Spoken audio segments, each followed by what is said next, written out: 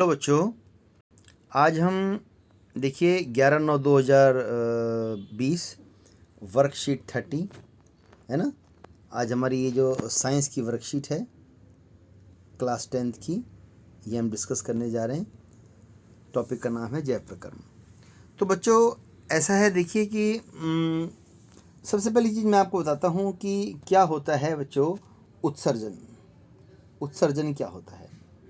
उत्सर्जन जो है, हमारे शरीर में बहुत से रासायनिक अभिक्रियाएँ होती हैं, तो कुछ वेस्ट पदार्थ बनते हैं, उनको बाहर निकालने की क्रिया को उत्सर्जन कहते हैं।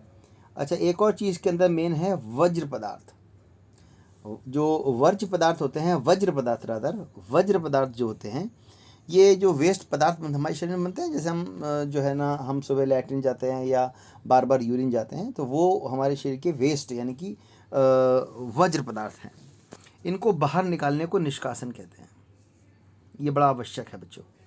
अच्छा, चलिए हम आगे चलते हैं बच्चों कि इसमें लिखा हुआ है कि एक कोशिकीय जीव जो होते हैं शरीर की सतह से जल में विसरित करते हैं वज्र पदार्थों को। वहीं जो बहुकोशिकीय जीव हैं उनके अंदर विशिष्ट अंगों द्वारा वज्र पदार्थों का निष्कासन किया जाता है। तो चलिए बच्चों हम आगे चलते हैं बच्चों। एक मेन बात आ जाती है हमारी मानव में उत्सर्जन। मानव में जो उत्सर्जन होता है ना, इसमें आप देख सकते हैं कि इसमें जो लिखा हुआ है बच्चों कि मानव में उत्सर्जन इम्पॉर्टेंट है। मानव में उत्सर्जन तंत्र का मुख्य कार्य शरीर से नाइट्रोजन युक्त वज्र पदार्थों जैसे यूरिया या यूरिक अम्ल का निष्कासन करना है। इस तंत्र में एक जोड़ा वृक्क किडनी, एक जोड़ा मूत्रवाहिनी और एक मूत्राशय तथा मूत्रमार्ग होता है। तो बच्चों मानव में उत्सर्जन के बारे में ये जो बात लिखी हुई है इसको आप याद कर लेंगे। और किस टाइप से ये काम होता है चलिए हम डिस्कस करते हैं। और ये बहुत इम्पोर्टेंट टॉपिक है बच्चों, जिसका नाम है मानव उत्सर्जन तंत्र। उसका जो चित्र पेपर बनाने को आता है 3 नंबर का, बहुत ही इम्पोर्टेंट ये चैप्टर है, टॉपिक है ये वाला, मानव उत्सर्जन तंत्र। चलिए अब हम जो है आपको समझाते हैं कि किस टाइप से ये काम इसमें होता है। बच्चों ऐसा होता है कि सबसे पहले तो जो हमारे ये जो मानव उत्सर्जन तंत्र है ना, इसमें बच्चों ये देखिए 2 किडनी होती हैं। ये राजमा के बीज होता है ना, जैसे भूरे रंग का, उस शेप की होती हैं किडनी।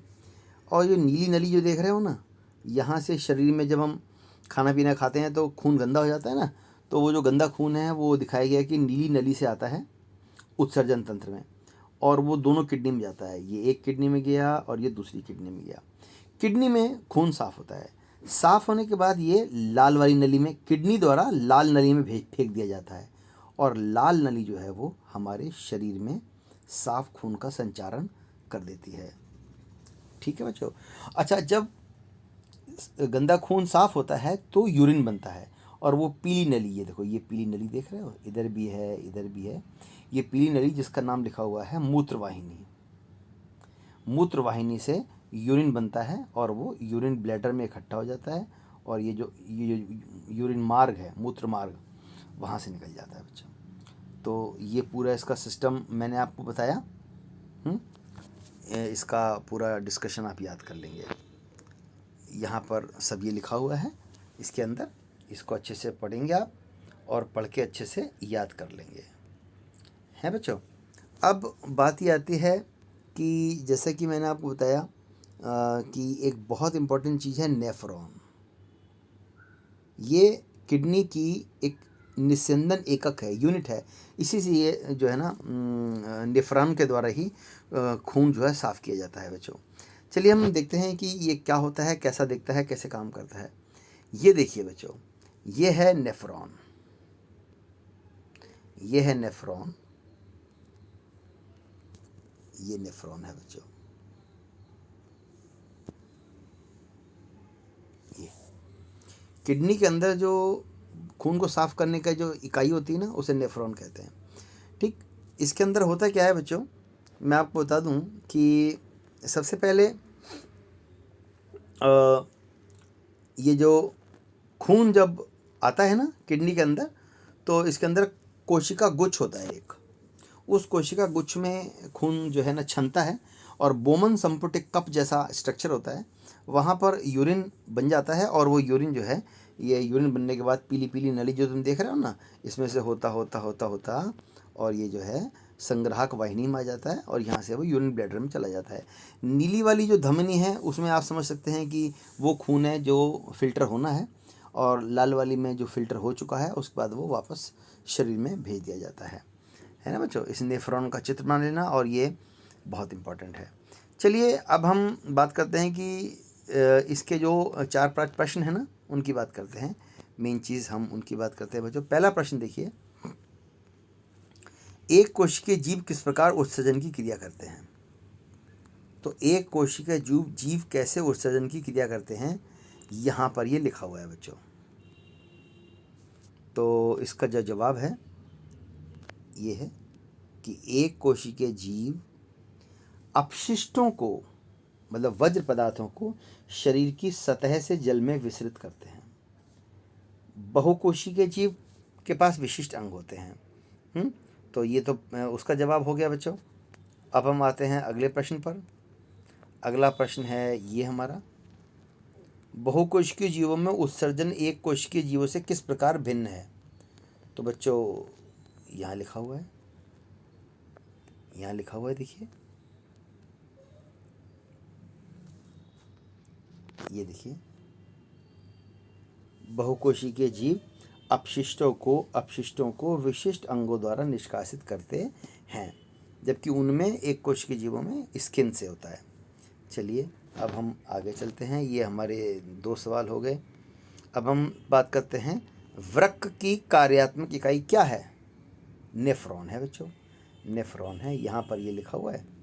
तो आप जो हैं इसका जवाब यहाँ से खोज के लिख देंगे बच्चों। ये देखिए, आप लिख देंगे कि वृक्काणु या नेफ्रॉन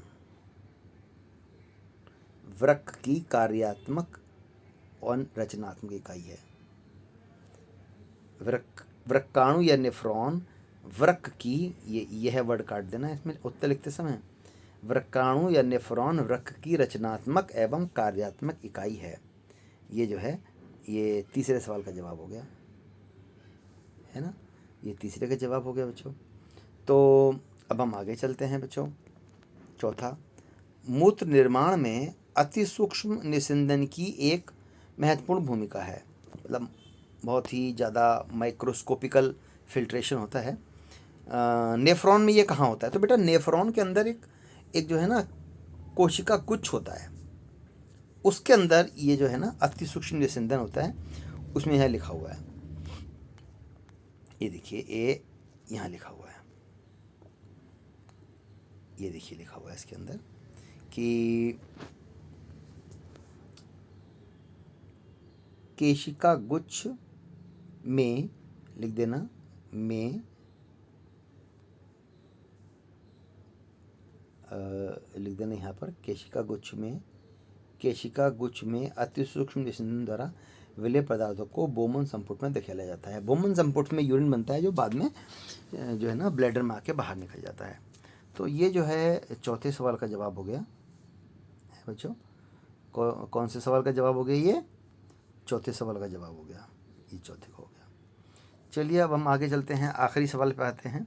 आखिरी सवाल में लिखा हुआ है कि देखो फिर मैं रिपीट करता हूँ। चौथा है कि मूत्र मार्ग में अति सूक्ष्म निस्यंदन की एक महत्वपूर्ण भूमिका है। नेफ्रॉन में ये कहाँ होता है? तो लिख देना कि नेफ्रॉन में ये जो केशिका गुच्छ है ना, जिसका एक और नाम भी यहाँ पर उन्होंने बोला है। नेफ्रॉन में एक और नाम इसमें यहाँ पर है, ये लिखा हुआ है ग्लामेरुलस, कोशिका गुच्छ या ग्लामेरुलस।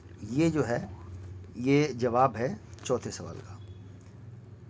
मूत्र निर्माण में अति सूक्ष्म निस्यंदन की एक महत्वपूर्ण भूमिका है। नेफ्रॉन में ये कहाँ होता है? तो वो कोशिका गुच्छ में होता है। अब लास्ट सवाल हो गया, मानव उत्सर्जन तंत्र का नामांकित चित्र बनाइए। ये बहुत इंपॉर्टेंट है। ये जो 5वां सवाल है ना बच्चों, ये है मोस्ट इम्पॉर्टेंट। पांचवा सवाल बहुत ज़्यादा इम्पोर्टेंट है। वैसे तो सारे इम्पोर्टेंट है, ये पूरा टॉपिक ही हमारा बहुत इम्पोर्टेंट है बच्चों, लेकिन पांचवा सवाल मोस्ट इम्पोर्टेंट है ये, कि मानव उत्सर्जन तंत्र का नामांकित चित्र बनाइए। तो आप कैसे करोगे बच्चों? कुछ नहीं करना है, आपने ये वाला चित्र बना देना है, नामांकित चित्र आपने बना देना है बच्चों, ये पूरा। और इसमें आप देख सकते हैं कि जैसे कि मैंने आपको बताया था, पूरा लेबलिंग करेंगे। बाईं किडनी, बायां, ये लिखा है बाईं वृक्क धमनी, सॉरी वृक्क धमनी, बायां वृक्क यानी कि किडनी, बाईं वृक्क शिरा, महाधमनी, ये सब है ना, महाशिरा, मूत्राशय, मूत्र मार्ग, है ना, ये सब आप पूरा लेबल डायग्राम बनाएंगे। ये 3 नंबर का जवाब है बच्चों, आपको मोस्ट इम्पोर्टेंट टॉपिक है। तो ये हमारे 5 सवालों का जवाब मैंने आपको बता दिया, और बहुत अच्छे से ये 5 सवाल साफ सुंदर करके, सुंदर चित्र बना के आप इसको व्हाट्सएप ग्रुप में, साइंस वाले ग्रुप में भेजिए।